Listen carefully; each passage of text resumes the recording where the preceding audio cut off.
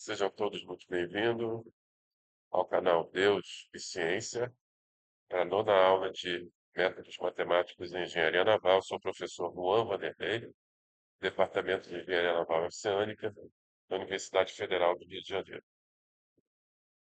Na aula passada, nós começamos a falar sobre estabilidade, né, de métodos numéricos.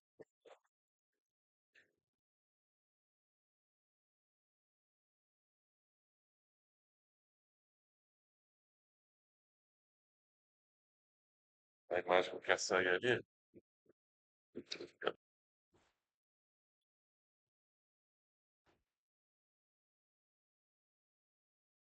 Então, na aula passada, nós começamos a falar sobre estabilidade, né? Nós vimos que a condição de estabilidade é que o módulo, né, de todos os sigmas seja menor do que 1, menor ou igual a 1, tá? E aí eu mostrei o comportamento de alguns métodos, né? Hoje nós vamos aplicar esses métodos para resolver a equação de convecção e difusão, tá? Vamos estudar quais são os métodos que podem ser utilizados ou não para resolverem a- as equações de convecção e difusão. Esses métodos são os métodos mais conhecidos, né? Existe uma infinidade de métodos, mas esses aí são os mais utilizados, tá? Por exemplo, o Euler explícito. Nós temos aqui a relação lambda sigma, né? Do método de Euler explícito,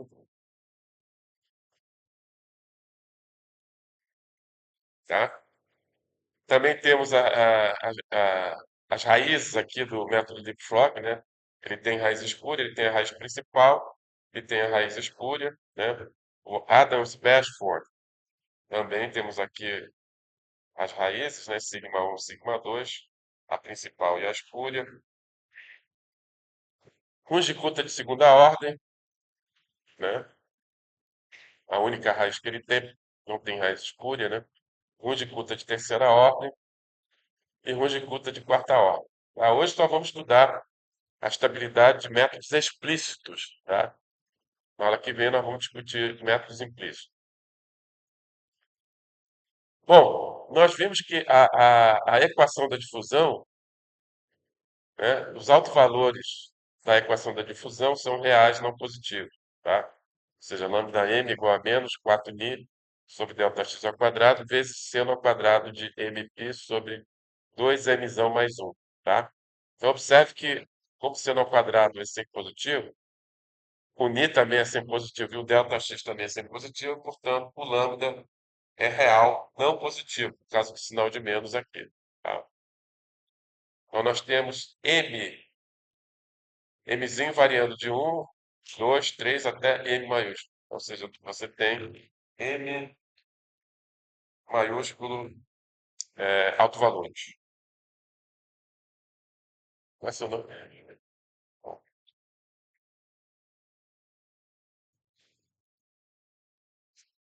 então, vamos estudar a estabilidade daqueles métodos de integração no tempo quando utilizados para resolver a equação da difusão. Vamos estudar quais desses métodos podem ser utilizados para estudar para resolver a equação da difusão. Por exemplo, o método de Euler explícito. A relação lambda sigma é essa aqui, ó, sigma 1 igual a 1 mais lambda h, tá? Nós temos aqui os autovalores, né? Os autovalores. Observe que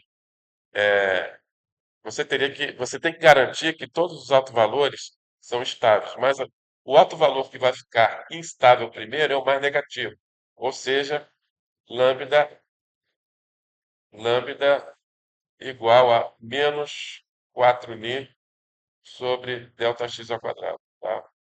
Esse aqui é o mais negativo, tá bom? E aí, substituindo aqui no lugar do lambda, na relação lambda sigma, nós temos que sigma 1 vai ser igual a 1 menos 4π sobre Δx ao quadrado, tá? Vezes h. E aí, agora podemos plotar, né, o comportamento dessa raiz sigma 1 no plano complexo sigma, onde aqui nós temos a parte real de sigma e aqui nós temos a parte imaginária, nós sabemos que essa região aqui é a região onde o módulo de sigma é menor ou igual a 1, tá? Certo? Infelizmente, né?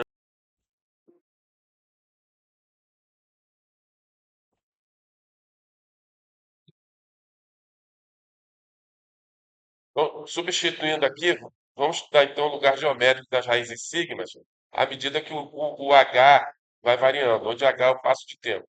Quando h é igual a zero, a raiz sigma está aqui, ó, em x igual a 1, tá? À medida que você vai aumentando o passo de tempo, a raiz sigma vai caminhando aqui dentro da região de estabilidade, ou seja, enquanto ela estiver dentro dessa região de estabilidade, você pode utilizar esse método para resolver a equação da difusão, tá?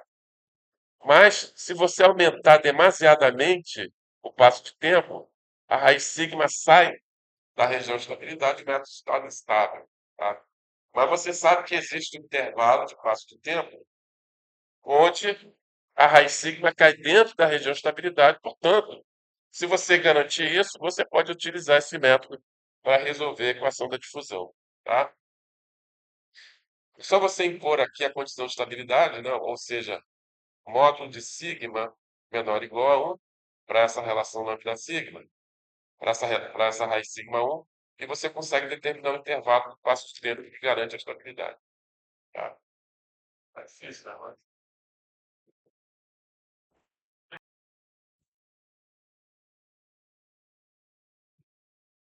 Mas a tecnologia atrapalha, né? Ok.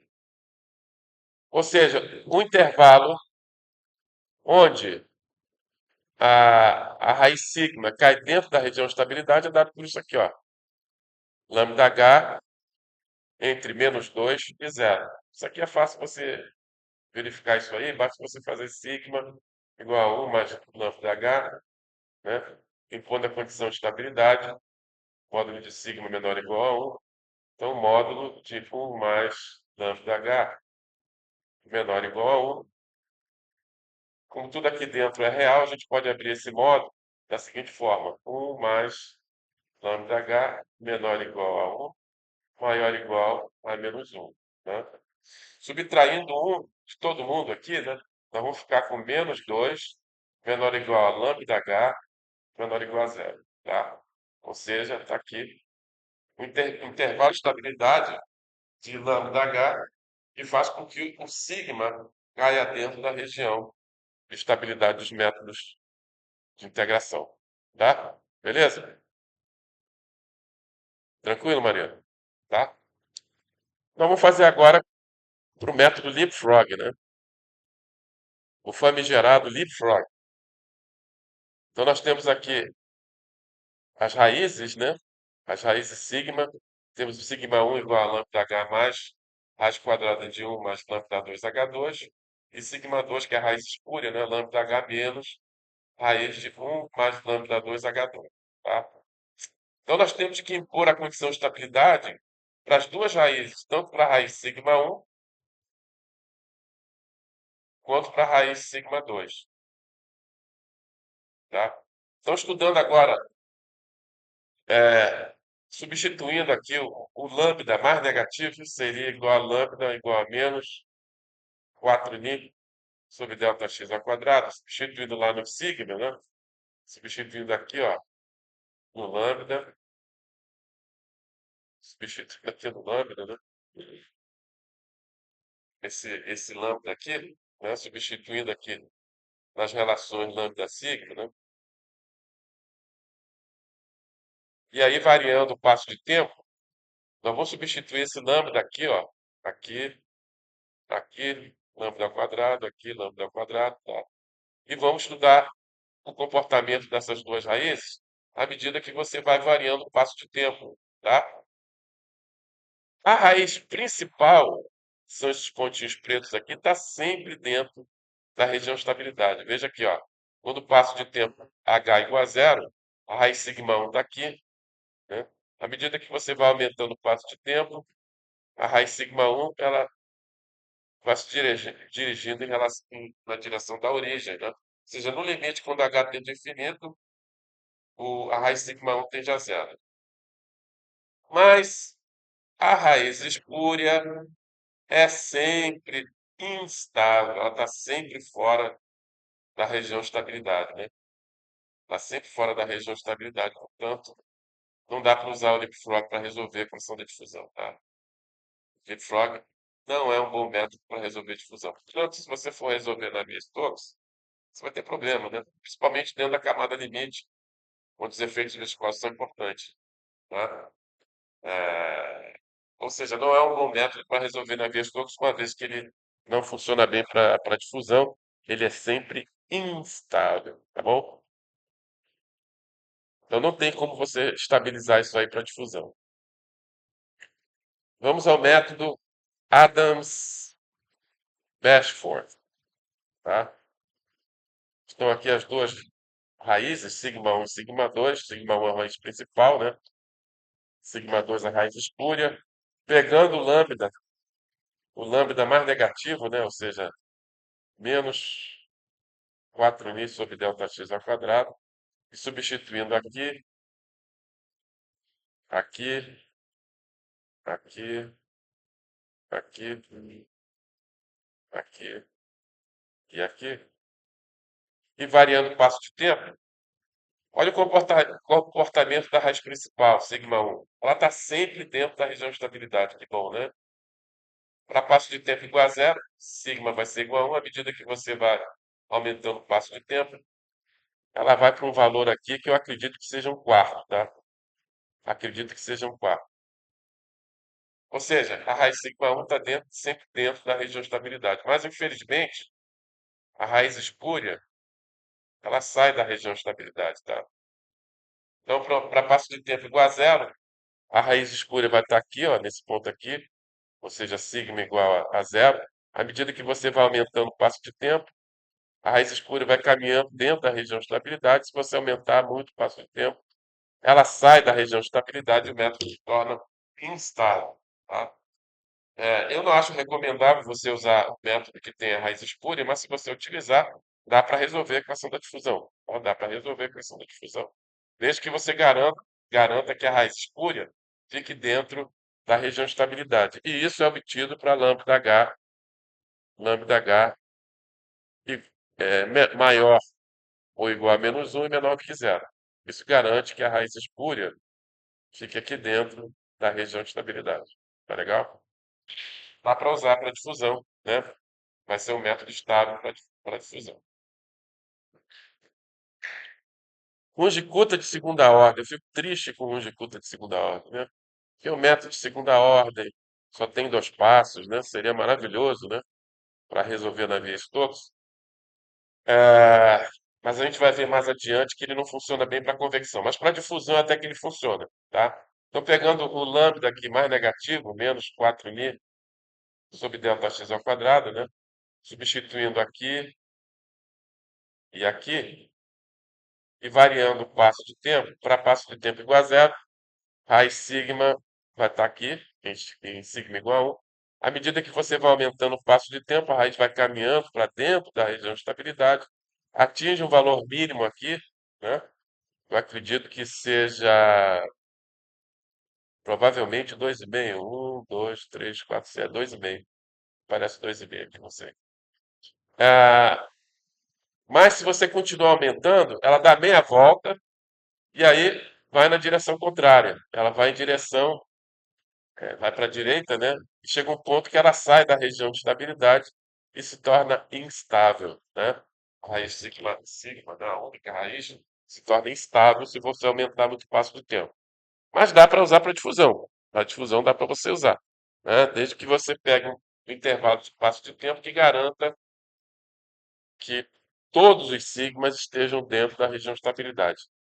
E esse intervalo lambda-h de estabilidade é lambda-h maior ou igual a menos 2, maior ou igual a menos 2 e menor ou igual a zero. Isso garante que a raiz sigma 1 esteja dentro da região de estabilidade. Tá bom? Ou seja, o disputa de segunda ordem funciona bem para difusão, mas infelizmente ele não funciona bem para conversão, como veremos mais adiante. Runge-Kutta de terceira ordem. Um de conta de terceira ordem. Olha, é um excelente método, né, para resolver Navier-Stokes, tá? Um de conta de terceira ordem, temos aqui a relação lambda sigma, né? Sigma 1 igual a 1 mais lambda h, mais meio de lambda 2 h2, mais 1 sobre 3 fatorial, lambda 3 h3. Pegando o sigma, o lambda mais negativo, né? Menos 4 ni sobre delta x ao quadrado, substituindo aqui, ó. Substituindo aqui, substituindo aqui, substituindo aqui. E variando o passo de tempo h, vamos ver qual é o comportamento dessa raiz no plano complexo sigma. Então, para h igual a zero, a raiz sigma 1 vai ser igual a 1. À medida que você vai aumentando o passo de tempo, ela vai caminhando dentro da região de estabilidade. Ó. Dentro da região de estabilidade, né? Beleza, tá estável, tá estável. Mas se você aumentar muito o passo de tempo, ela se torna instável porque ela vai sair da região de estabilidade, tá? Mas também, né, dá para você usar o de conta de terceira ordem para resolver a equação da difusão, desde que você garanta, né, um intervalo de passo de tempo que faça com que a raiz sigma caia dentro desse círculo aí, tá? E o intervalo lambda h é dado por lambda h maior ou igual a 2,5, menor ou igual a zero, tá? Então, para lambda h entre menos 2,5 e zero, você garante que a raiz sigma estará dentro da região de estabilidade. Beleza? Luz de conta de quarta ordem, muito bom também, né? Ele funciona bem tanto para difusão como para convecção, como nós veremos mais adiante, tá? Então temos aqui a relação lambda sigma, né? Sigma 1 vai ser igual a 1 mais lambda h, mais meio de lambda 2 h2, mais um sexto de lambda 3 h3, mais 1 sobre 24, lambda 4 h, tá? Então, novamente, pegando o lambda mais negativo, ou seja, menos 4 sobre delta x ao quadrado, uma vez que seno ao quadrado vai variar de 0 a 1, né? Então ele vai ser no máximo 1, então o valor mais negativo de lambda vai ser menos 4.000 sobre delta x ao quadrado. Substituindo aqui na relação lambda sigma, e aqui, e variando o passo de tempo, quando o passo de tempo é igual a zero, a raiz sigma está aqui, ó. Ela vai ser igual a 1. À medida que você vai aumentando o passo de tempo, a raiz vai se deslocando para a esquerda, né? Ela atinge um valor mínimo, que eu não sei exatamente quanto é que é, tá? Mas se você aumentar ainda mais o passo de tempo, ela vai para o sentido contrário, ela vai caminhando no sentido contrário, ela dá meia volta, né? E chega uma hora que ela sai, né? E se torna instável, né? Mas, novamente, dá para você usar o de conta de quarta ordem para resolver a equação da difusão, né? Você vê que existe um intervalo de passo de tempo com que faz com que a raiz sigma 1 caia dentro da região de estabilidade, portanto, dá para usar para resolver a difusão, tá? E o intervalo de lambda h, que garante que a raiz sigma estará dentro da região de estabilidade, é esse aqui, ó. Lambda h maior ou igual a menos 2,8, menor ou igual a zero, tá? Vamos fazer a mesma coisa agora para a equação da convecção, né? E nós vimos na aula passada que a equação da convecção, os altos valores são imaginários puros, tá? Ou seja, lambda m igual a menos IC sobre delta x, seno de 2mπ sobre mzão, tá? M variando de 0, 1, 2 até mzão menos 1, tá? Bom,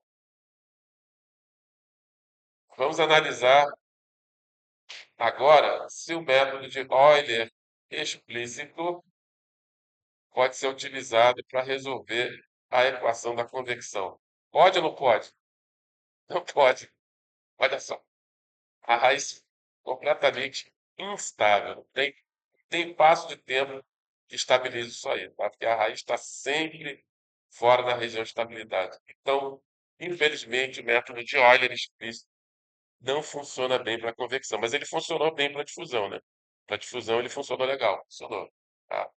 Ou seja, é um método que está reprovado para resolver Navier-Stokes, tá? Está reprovado. Porque, embora ele funcione bem para difusão, mas para convecção ele é sempre instável, tá? Então, não use Euler explícito para resolver convecção, tá? Então, da mesma forma, você pode pegar o lambda, então faz você pegar o mais negativo ou o mais positivo, né? Então, por exemplo, menos IC sobre delta X, né? Substituindo aqui, né?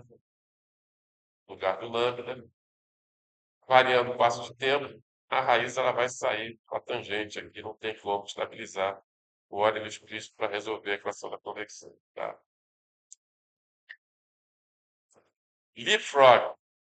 O leapfrog, né? Nós temos aqui a raiz principal, a raiz espúria, né? Não recomendo de forma alguma que você use o leapfrog, ele tem raiz espúria, tá? Mas ele funciona bem para convecção, ó. A raiz espúria, né? Então, vou pegar aqui o lambda, né? O lambda, por exemplo, menos IC sobre delta X, eu substitui aqui, aqui, aqui e aqui. E aí, variando o passo de tempo, olha o comportamento da raiz espúria. Quando H é igual a zero, a raiz espúria está aqui, está na fronteira, né? Então, ela tem uma estabilidade, né? Embora uma estabilidade marginal, mas é estável. Satisfaz a condição de estabilidade. E aí, olha só, se você aumentar ainda mais o passo de tempo, a raiz espúria ela entra, né? E no limite, quando H vai preferindo, a raiz espúria tende a zero aqui. Ou seja, a raiz espúria está sempre estável. Mas a raiz principal, né? Ela começa aqui quando o passo de tempo é igual a zero, ela começa aqui em sigma igual a 1. À medida que você vai aumentando o passo de tempo, a raiz ela vai caminhando aqui na fronteira, né? Beleza, dá para usar, satisfaz a condição de estabilidade, mas chega uma hora que ela saia completamente da região. Tá? Ou seja, embora eu não recomende, né, você utilizar o enfoque, porque ele tem raiz espúria, né? Mas se você utilizar, dá para resolver convecção, né? Dá para resolver convecção, certo? Nós vemos que para difusão é altamente instável, né? Não funciona. Para difusão, o leapfrog não funciona. Funciona para convecção. Ou seja, também é um método que está reprovado para você resolver a equação de Navier-Stokes, onde você tem convecção e difusão. Tá? Não recomendado. Adams-Bashforth. Adams-Bashforth. Sempre instável, sempre instável. Temos aqui a raiz principal, a raiz espúria, né? Estou pegando aqui o lambda, por exemplo, menos C sobre delta X, substituindo aqui no lugar de lambda, né? Aqui, aqui, aqui e aqui. E variando o passo de tempo, a raiz espúria, ela é sempre estável, ó, sempre estável, tá? Vamos ver aqui o que vai acontecer com ela quando H é igual a zero. Essa zero vai estar aqui, ó. Vai estar aqui, ó. Sigma 2 vai estar aqui, ó. Quando H é igual a zero, não é isso? Perfeito, perfeito. À medida que você vai aumentando o passo de tempo, a raiz espúria ela está sempre dentro da região de estabilidade, ó. Ela está sempre dentro da região de estabilidade. Mas a raiz principal é sempre instável. Ela começa aqui, quando o H é igual a zero, sigma vai ser igual a 1. À medida que você vai aumentando aqui o passo de tempo, ela sai fora da região de estabilidade, tá? Então não tem como você estabilizar esse método, Adams-Bashforth, para resolver a convecção. Ele funcionou bem para difusão, se não me engano, tá? Funcionou bem para difusão, mas para convecção ele é sempre instável. Ou seja, é um método reprovado para você resolver na questão. Tá? Ele é sempre instável. Conjectura de segunda ordem, olha que tristeza. Conjectura de segunda ordem, que decepção, ó. temos aqui a relação lambda sigma, né? Sigma 1 igual a 1, mais lambda H, mais meio de lambda 2 H2. Estou pegando o lambda aí, sei lá, menos IC sobre delta X, substituindo aqui, e aí variando o passo de tempo. Quando o passo de tempo é igual a zero, a raiz está aqui, ó, sigma igual a 1. À medida que você vai aumentando o passo de tempo, ela sai da região de estabilidade, tá? Sai pela tangente mesmo.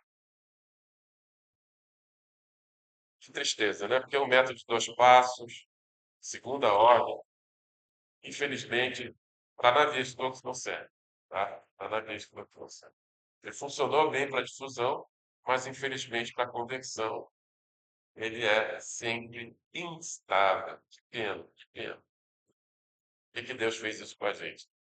É um excelente método aí. Dois passos, segunda ordem, para resolver a questão que seria o ideal. Tá? Mas infelizmente ele é sempre instável para a convecção. Conjectura de terceira ordem, ó, ele funciona, ele entra, ele está dentro da região de estabilidade. Ó, estou pegando o lambda aí, talvez o mais negativo aí, menos IC sobre delta x ao quadrado, substituindo aqui na relação lambda sigma do longitude de terceira ordem. E aí variando o passo de tempo h, para h igual a zero, sigma igual a 1. À medida que você vai aumentando o sigma, ele está entrando. Veja que ele está entrando. Inicialmente ele está na fronteira, mas à medida que você vai aumentando o passo de tempo, a sigma vai entrando, tá vendo? Aqui, ó, está dentro da região de estabilidade, tá? Ou seja, dá para você usar para resolver a convecção, tá? Se você aumentar muito passo de tempo, ele sai da região de estabilidade e se torna estável, tá? Mas você vê que existe um intervalo do passo de tempo que você faz com que a raiz sigma esteja dentro da região de estabilidade. Então, é um método que pode ser utilizado para resolver a convecção. Ele funcionou bem para difusão, funciona bem para convecção, é um bom método para você resolver na vez toda. Tá? Eu já implementei o disputa de terceira ordem, funcionou perfeitamente. Tá? Consegue trabalhar legal. Já tive a curiosidade de implementar o Conjunta de segunda ordem, é uma negação, realmente ele você fica muito problema de estabilidade, tá? Então, o Conjunta de terceira ordem ele funciona bem, né? O único porém, né, do Conjunta de terceira ordem é que ele tem três passos, né? E quanto maior o número de passos, mais pesado ele é computacionalmente, né? Mas dá para usar, né? Usar. Mas agora, hoje em dia, nós temos o pessoal está lançando aí o computador quântico, né? Já tá, a Microsoft aí parece que já tem um processador quântico, né? E você consegue fazer cálculos muito rápido, tá? Então, se Deus quiser, esse tipo de problema no ruim de conta de terceira ordem poderá ser utilizado aí sem problema para resolver na vez toda, tá? Hoje em dia ainda é pesado computacionalmente, né? Primeiro que ele é explícito, então ele tem uma restrição no passo de tempo, né? E tem três passos, né? Então, pelo fato de ele ter três passos, ele fica um pouquinho mais pesado, né? Por exemplo, ele é três vezes mais pesado que o óleo explícito, né? Então, se você usasse, né? Teoricamente, se você usasse em três dimensões o óleo explícito, você demorasse uma semana para resolver um escoamento não permanente, né? Para resolver Navier-Stokes, pô, com o Rudicuta de terceira ordem você ia demorar 3 semanas, né? Então, olha a diferença, né? A diferença é grande, tá? Infelizmente, o óleo explícito não funciona, nem o Rudicuta de segunda ordem também não, tá? E o Rudicuta de quarta ordem, olha, ele tem um comportamento legal, né? Caminha dentro da região de estabilidade, né? Bem dentro mesmo, né? Tá aqui a relação lambda sigma, pegando o lambda aqui mais negativo, por exemplo, menos IC sobre delta x, substituindo aqui, ó, no lugar de lambda, tá? E variando o passo de tempo h, inicialmente h igual a zero, sigma vai ser igual a 1, à medida que você vai aumentando o passo de tempo, ele está dentro da região de estabilidade, ó. Tá bem para dentro mesmo, ó, tá? Mas se você aumentar muito, a raiz sai, né? e aí o método se torna instável, tá legal? Mas você sabe que existe um intervalo de passo de tempo h que faz com que a raiz sigma caia dentro da região de estabilidade, daí precisa da convecção. Então, o Rojikuta de quarta ordem também, ele é estável, né? Você consegue estabilizar ele para difusão, consegue estabilizar ele para convecção, portanto, é um bom método, né? Quarta ordem. O computador quântico, isso aí vai ser uma maravilha, né? Você usar Rojikuta de quarta ordem, né? De precisão, você resolver aqueles blocos, não tem raiz espúria, né? E funciona bem para convecção e difusão. Então, computador quântico é para vocês aí, né? Eu já vou, no final do ano, se Deus quiser, me aposento, né? Mas vocês vão poder desfrutar aí dos computadores quânticos aí, tá? Então, desses métodos explícitos que nós analisamos, obviamente que existem vários métodos, mas esses aí são os mais conhecidos, tá? Os únicos que funcionam simultaneamente, né, para convecção e difusão são o Rudicuta de terceira ordem e o Rudicuta de quarta ordem. Tá legal? São os únicos que podem ser utilizados com sucesso para resolver Navier-Stokes, que tem tanto difusão como convecção. Né? Agora, vamos resolver esse exercício aqui. Mas, quem que chegou aí? Qual é seu nome mesmo? Mar- Marcos. Pera, vou te dar atrasado. Mais alguém chegou aí? Tô sendo bonzinho, hein? Então, olha só, considere essa questão aqui, pessoal. O pessoal costuma errar bastante na prova, hein? Eu apresento ela em sala de aula, né, resolve, e o pessoal chega na prova e não consegue resolver, né? Considere a seguinte equação diferencial parcial. Ou seja, é uma equação da difusão com difusividade térmica imaginária. I, onde I é raiz de menos um, tá? Ou seja, uma difusão aí imaginária, né? Uma difusividade térmica imaginária, tá?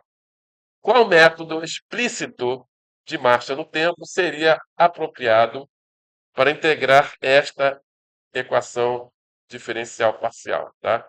Se a derivada espacial é aproximada por uma diferença centrada de segunda ordem e as condições de contorno são periódicas, tá?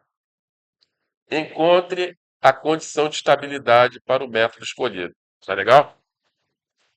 Então, eu posso, por exemplo, pedir eu vou resolver, se não me engano, para Rundicuta de terceira ordem, tá? Mas eu posso pedir essa questão para vocês utilizarem o Rundicuta de quarta ordem, tá? Eu posso fazer isso. Eu vou continuar a aula desde que o nosso projetor volte a funcionar. Estamos com problemas técnicos aqui. Nosso streaming, né? Não tem como. Eu não vou editar, tá? Vai assim mesmo. Infelizmente, a gente tem esse tipo de problema. De repente, aqui o projetor para de funcionar. Tá? Beleza. Então é o seguinte, pessoal, vamos resolver isso aí. Então, eu vou aproximar a derivada espacial utilizando uma aproximação centrada de segunda ordem para a segunda derivada, tá? Então, no lugar de Derrom 2U, Derrom x2, vou substituir por uj mais 1 menos 2uj mais uj menos 1 dividido por Δx ao quadrado. Então, veja que você partiu de uma equação diferencial parcial e chegou a uma equação diferencial ordinária, tá? Tanto que a derivada parcial temporal, agora você muda para uma derivada simples, porque agora a função u é só a função do tempo, ela não é mais função da coordenada espacial, tá? Bom, é, considerando o domínio que vai de 0 a 1, um domínio unidimensional, né? Eu vou discretizar esse domínio em m mais um pontos, tá? Esse aqui é o ponto m mais um aqui, ó, m mais um, tá? Então, m mais um pontos. Só que como a condição de contorno é periódica, né, significa que o valor da função em x igual a zero é igual ao valor da função em x igual a 1. Então, eu, em vez de dar o índice m mais um aqui, eu vou colocar novamente o índice 1 aqui. Então, Você começa aqui o índice um, o índice 2, o índice 3, i menos um, i mais um, até m, até um, na verdade, tá legal? Mas na hora, você vai aplicar essa equação diferencial ordinária ao ponto um, ao ponto 2, ao ponto 3, até o ponto m. Ou seja, à direita do ponto m você tem e à esquerda do ponto m você tem ponto m menos um. E aqui no ponto um, quem é que está à esquerda do ponto um? Quem é que está à esquerda do ponto um? M. Ponto M, tá legal? Ponto M, tá? Então, por isso que você só vai aplicar a equação diferencial ordinária ao ponto um até o ponto M. Se você aplicar de novo o ponto um, você vai ter duas equações iguais, entendeu? Bom, aplicando para o ponto J igual a um, né, você vai ficar com du1 dt igual a i sobre delta x ao quadrado, o 2 menos 2 u1 mais o m, tá? Apliquei aqui para o ponto 1. Agora aplicando para o ponto 2. Você vai ficando para esse ponto aqui, ó, ponto 2, ponto 2. Você vai ficar com du2 dt igual a i sobre delta x ao quadrado, o 3 menos 2, o 2 mais o 1, tá? E assim sucessivamente, né? Até o ponto M, até esse ponto aqui. Vou aplicar para todos os pontos, até o ponto M, tá? Então, no ponto M, você vai ficar com dum dt igual a i sobre delta x ao quadrado, o 1, que seria o j mais 1, ou seja, seria o cara que está à direita, né? Vai ficar o 1 menos 2m mais o m menos 1, tá? Aqui na primeira equação, seria o j menos 1, né? Seria o j menos 1, mas é o cara que está à esquerda do ponto 1, que é o ponto m, por isso que eu coloquei aqui o m, entendeu? Então, na primeira equação vai aparecer o m, né? E na última equação vai aparecer o 1, tá? Dúvidas? Alguma dúvida? Isso por quê? Condição de contorno periódico, tá? Então, você faz esse artifício, né? Para você conseguir satisfazer a condição periódica. Você repete o ponto 1 à direita do ponto m, tá? Bom, e aí escrevendo isso aqui na forma matricial, nós vamos ficar com d dt, vetor u, isso aqui é o vetor u, que tem componentes o 1, o 2, o 3, o 4, o 5, o m menos 2, o m menos 1 até o m, tá? E sobre delta x ao quadrado vezes essa matriz aqui, ó, vezes o vetor u, novamente aqui, ó, tá certo? Veja que na primeira equação, quando você for escrever, colocar essa primeira equação aqui na forma matricial, você vai ter o quê? D dt de u1, né?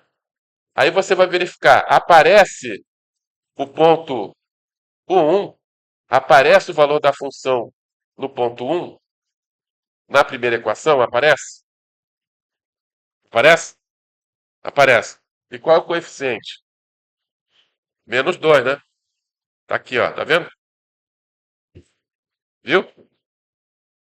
Aparece o valor da função no ponto 2 na primeira equação? Nessa aqui, ó. Aparece, né? E qual é o coeficiente dele? 1, né? Então tá aqui, ó. Aparece a função 1 no ponto 3? Não aparece. Então, 0, tá? Aparece o 4? Não, 0. Até aparece o m menos 1? Aparece o m menos 1 na primeira equação?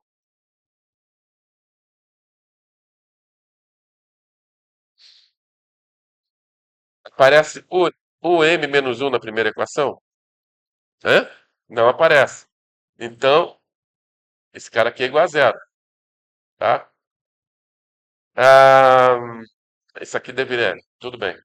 Aparece o m na primeira equação? Aparece. Não, olha ele aqui, ó. Então tem que colocar ele aqui, ó. Entendeu? Essa matriz aí a gente chama de matriz de banda periódica, que ela tem aquele unzinho aparecendo lá no canto superior direito. Tá vendo? Para J igual a 2, você só vai ter contribuição de o 3, o 2 e o 1, tá? Então, aparece o 1, aparece com coeficiente 1. Tá aqui, ó. Aparece o 2, aparece com coeficiente menos 2. Tá aqui. Aparece o 3, aparece com coeficiente 1. Aparece o 4 na segunda equação? J igual a 2? Não. Né? Aparece o m menos 1? Aparece o m? Não, não aparece.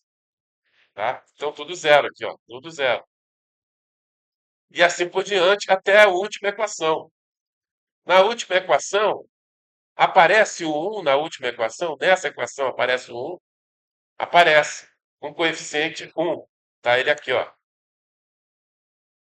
Correspondente ao 1 aqui. Tá?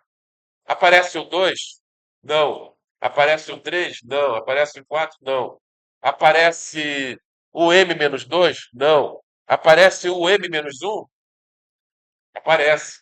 Com coeficiente 1. Tá ele aqui, ó. Aparece o m? Aparece. Coeficiente menos 2. Tá? Então, diz que você tem uma matriz tridiagonal, só que você tem aqueles caras lá no canto superior direito e no canto inferior esquerdo. Tá? Por causa da condição de contorno periódico. Tá? E essa matriz aqui a gente chama de matriz de banda periódica. Então, por isso que eu vou escrever o meu sistema na forma compacta, dessa forma aqui, ó. D dt vetor u, né? D vetor u dt igual a I sobre delta x ao quadrado, diagonal, matriz de banda periódica, com diagonal inferior 1, principal menos 2, superior 1, vezes o vetor 1. Entenderam isso aí? Então, olha, isso aqui, se cair na prova, vocês. É isso que eu vou pedir para vocês fazerem, tá? Tipo assim, é, é, monte a matriz do sistema. Escreva a matriz do sistema na forma matricial, entendeu? Escreva o sistema resultante na forma matricial. É isso que eu quero que você. Então, se alguém tem trauma com matrizes, aí dá uma estudada aí, que vai cair uma questão dessa aqui. Tá? Uma questão dessa aqui vai cair. Pode ser periódico ou não, tá? Mas vai cair uma questão dessa aqui. Garanto a você. Tá? Com certeza. Muito bem. Bom, então o que que ele pergunta aqui? Vamos lá. Ele pede para qual é o método explícito de marcha no tempo que seria apropriado para integrar esse sistema, esse sistema de equações diferenciais ordinárias. Tá legal? Então, se você quer analisar algum método, você vai utilizar a relação lambda-sigma, você vai impor a condição de estabilidade, o módulo de sigma menor ou igual a 1. Então, o que que você precisa saber para você saber se um determinado método é apropriado para resolver esse sistema de equação diferencial ordinária? Você tem que determinar os outros valores, né? Porque você tem que jogar lá na relação lambda-sigma. Bom, então lá no nosso amigo Lomax, né?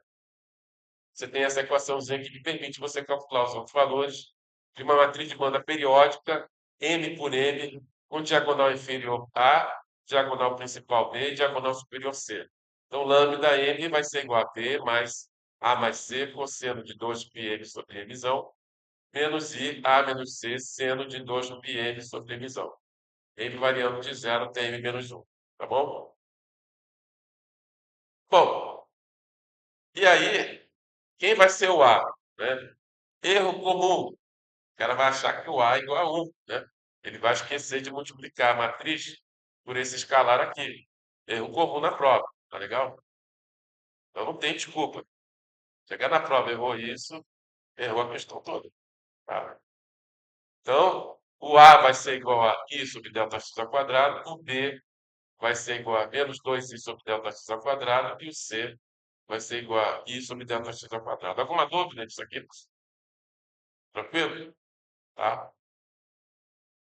Bom, e aí podemos substituir aqui, né, nessa equação, os valores de A, B e C. Substituindo, vamos ficar com lambda m igual a menos 2i sobre delta x ao quadrado, né, que é o B, né?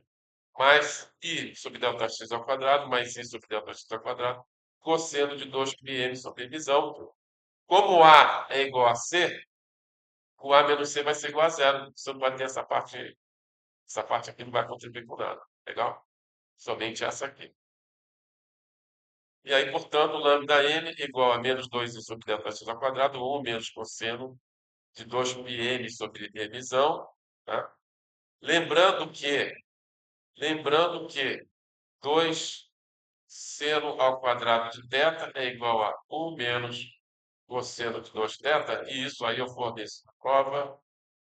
Você pode reescrever isso aqui da forma lambda m igual a menos 4i sobre delta x ao quadrado, seno ao quadrado, e m sobre m. Tá legal? Agora, vamos pegar o lambda mais instável, tá? É aquele com... pode ser, no caso aqui, pode ser o mais positivo ou o mais negativo, tá? Então, vamos pegar aqui o lambda, chamar de lambda crítico, como sendo, quando seno ao quadrado é igual a 1, né? Então, menos 4i sobre delta x ao quadrado, tá? Vamos chamar menos 4 sobre delta x ao quadrado, vamos chamar de beta, tá legal? Para a gente estar carregando isso aí no algebra. Bom, então, beta igual a menos 4 sobre delta x ao quadrado. E agora, que método que a gente pode usar para resolver esse sistema? E alguém tem alguma ideia aí?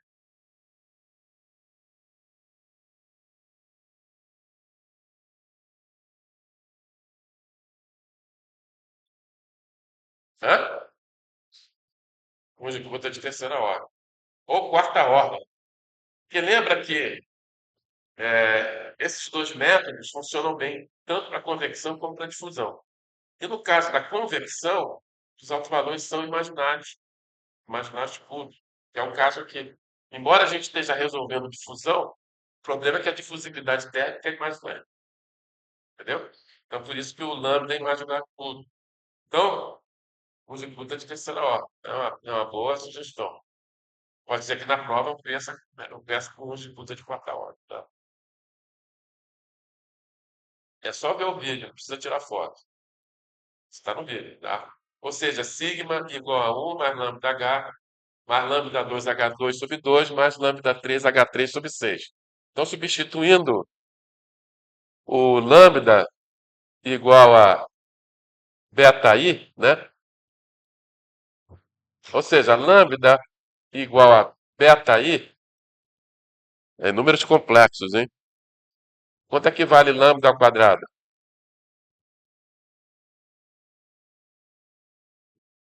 Hã? Menos beta ao quadrado, né? Menos beta ao quadrado, tá? Quanto vale o lambda 3?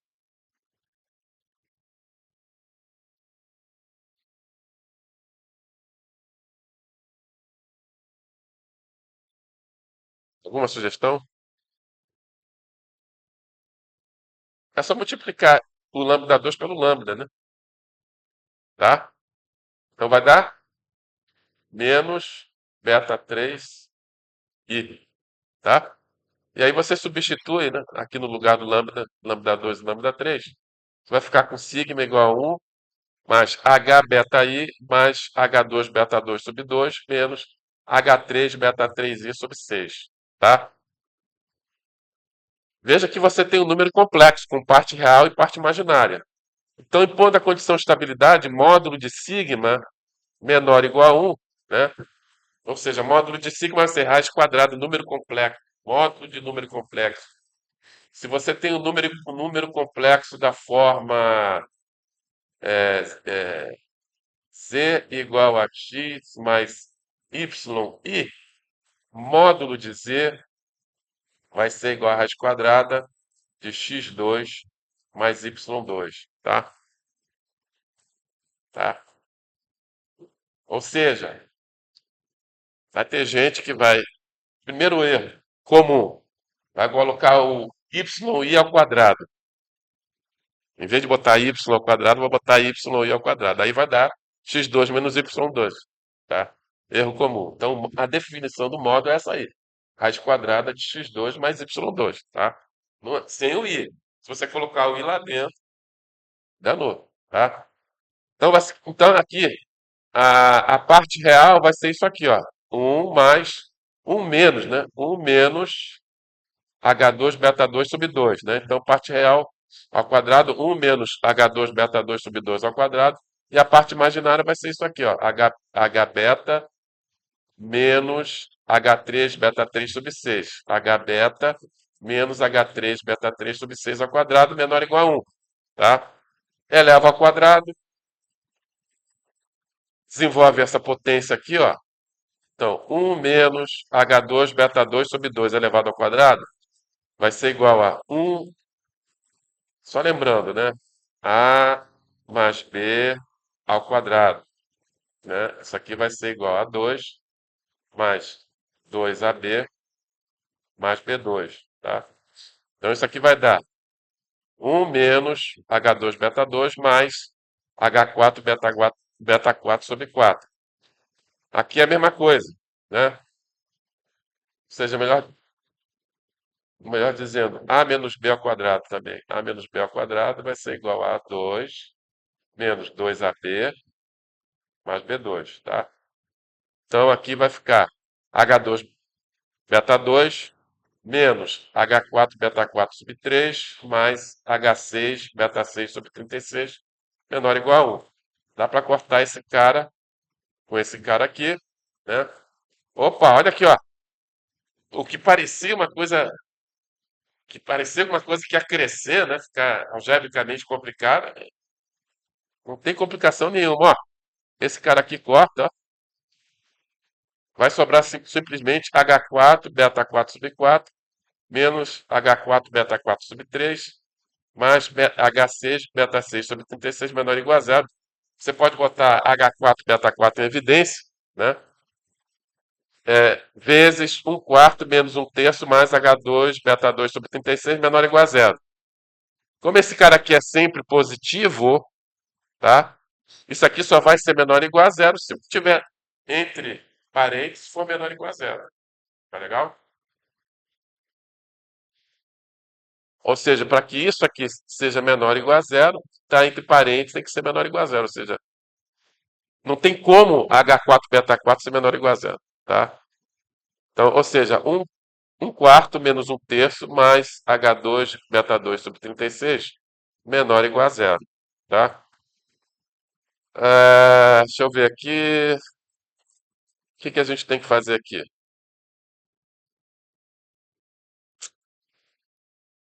Multiplicar aqui por 12, provavelmente, né? E aqui por 9, né? É feito? É. Certo? Para deixar todo mundo sob o mesmo denominador, tá? Aí vai ficar H2 beta 2 mais 9 menos 12 menor ou igual a zero, tá? É, beleza? Ou seja, isso aqui vai dar H2 beta 2 menos 3 menor ou igual a zero, tá? Isso representa aqui, isso aí é uma parábola, né? Que vai passar aqui por menos raiz de 3 e por mais raiz de 3, tá? Uma parábola com cavidade positiva. É uma parábola sorridente, feliz, né? Como você quer que seja menor ou igual a zero, você tem que pegar esse pedaço daqui, ó. Tá legal? Ou seja, H beta maior ou igual a raiz de 3, menor ou igual a raiz de 3. Maior ou igual a menos raiz de 3, menor ou igual a raiz de 3. Lembrando que beta é menos 4 sobre Δx ao quadrado, então vai ficar menos 4h sobre Δx ao quadrado maior ou igual a menos raiz de 3, menor ou igual a raiz de 3. O que que a gente pode fazer? Dividir por menos 4. Aí você tem que inverter os sinais, né? Toma cuidado, tá? Quando você dividir por menos 4, isso aqui vai ficar raiz de 3 sobre 4. Inverte o sinal. H sobre ΔX ao quadrado maior ou igual a menos raiz de 3 sobre 4, entendeu? Você tem que inverter o sinal, ou seja, H sobre ΔX ao quadrado maior ou igual a menos raiz de 3 sobre 4, menor ou igual a raiz de 3 sobre 4. Esse é o intervalo. Ou seja, H sobre ΔX ao quadrado tem que estar nesse intervalo para que o método seja estado, certo? Uma vez que você gerou a sua malha computacional, você escolhe a malha computacional que você quer, o número de pontos que você quer, né? Por exemplo, 10 pontos, no intervalo de 0 a 1, tá? E aí, portanto, o ΔX vai ser igual a, são 10 pontos, é 1 sobre 9, né? É 1 sobre 9, tá? São 9 intervalos. Então, você com o ΔX vai ser 1 sobre 9. E aí você determina com isso, você determina o intervalo, o passo de tempo que estabiliza aí, né? Tá? A primeira coisa que você faz é gerar a tua malha. Uma vez que você conhece a condição de estabilidade do método, né? Você gera a tua malha computacional, escolhe o número de pontos, né? Por exemplo, 10. Portanto, o ΔX vai ser 1 sobre 9. Né? Então, o ΔX você escolhe. Tá? Aí você joga ali, você determina o intervalo, o passo de tempo. Tá? Você tem estabilidade. Beleza? Hã? Questão boa para a prova, hein? A mistura de... Hã?